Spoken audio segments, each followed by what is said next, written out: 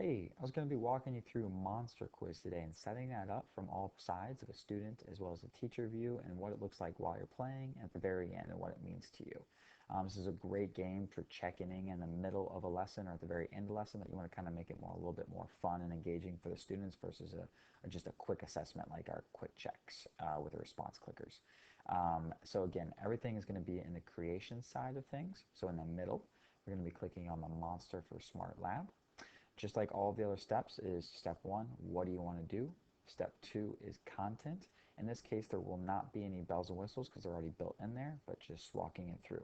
Step one, what are we going to do? Monster quiz. Step two, we're going to be adding the content. So you can either add multiple choice or true false answers. So I'm just going to add and click multiple choice. And so I can add a question like, what is today? I'm going to go ahead and click down here and I can put Monday. I do like to hit tab. That way it kind of saves me a little time instead of clicking and moving all over the place. I can just, in this case, hit double tab and I can jump down and around. And then I'm going to go ahead, in this case, I'm just going to load pre-created questions that I've already saved in the past just to speed things up. So I'm going to go ahead and load my president questions on here. Go ahead and delete questions that are put in there, and I'm just going to go ahead and finish this off. Now, as a teacher's perspective, when this is getting created, there is no students in here yet. They have to be signed in using this activity code. They may have already signed in the past, and I'll kind of show you what that looks like for a student's perspective and a teacher's perspective. So as students sign in here, it is device agnostic, so whatever they're signing in on, I have a phone, I'm also using an iPad, I'm using a computer, I could use a Chromebook, it's really up to you. So showing you what that looks like from that view, I've already used and signed in once before, so it just saves it for you. It does save that student name that last signed in, so if they're go ahead, it's always their device, it's really convenient, but if there's a new student, because it's a cart, it's easy just to change the name but keep the activity codes. They don't have to type that in. So I'm going to join the activity. So now we're waiting on my teacher to assign teams. So going back here, I'm going to go down here and divide into teams. I go ahead and it allows it does the thinking out for you. Maybe if we have 3 players, it'll allow you to divide into teams of 3, or we can put everyone on the same team. In this case, I'm going to put us in teams of 2. So in this teams of 2, you can go ahead and move people around after they've been sorted out. Maybe you're differentiating people. Maybe you want the group of team, the kids together. You have the option how you want to put that together. So I'm going to go ahead and hit Start Quiz. So with that, as this quiz questions show, I want you to kind of see what you see from a teacher's perspective while students are working. So if they do get a correct answer, they will actually see their names pop up here.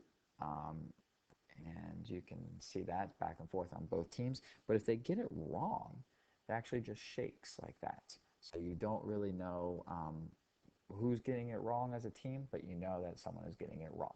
So what it looks like from a student's perspective is if James K. Polk's nickname, if they get it right, which in this case would be Little Hickory, you get the little plus sign, and then on a teacher's perspective, you see who gets it wrong. And the same thing is who signed it. May have thought it was Ronald Reagan. You got it wrong. So I'm going to go ahead and answer these questions real quick.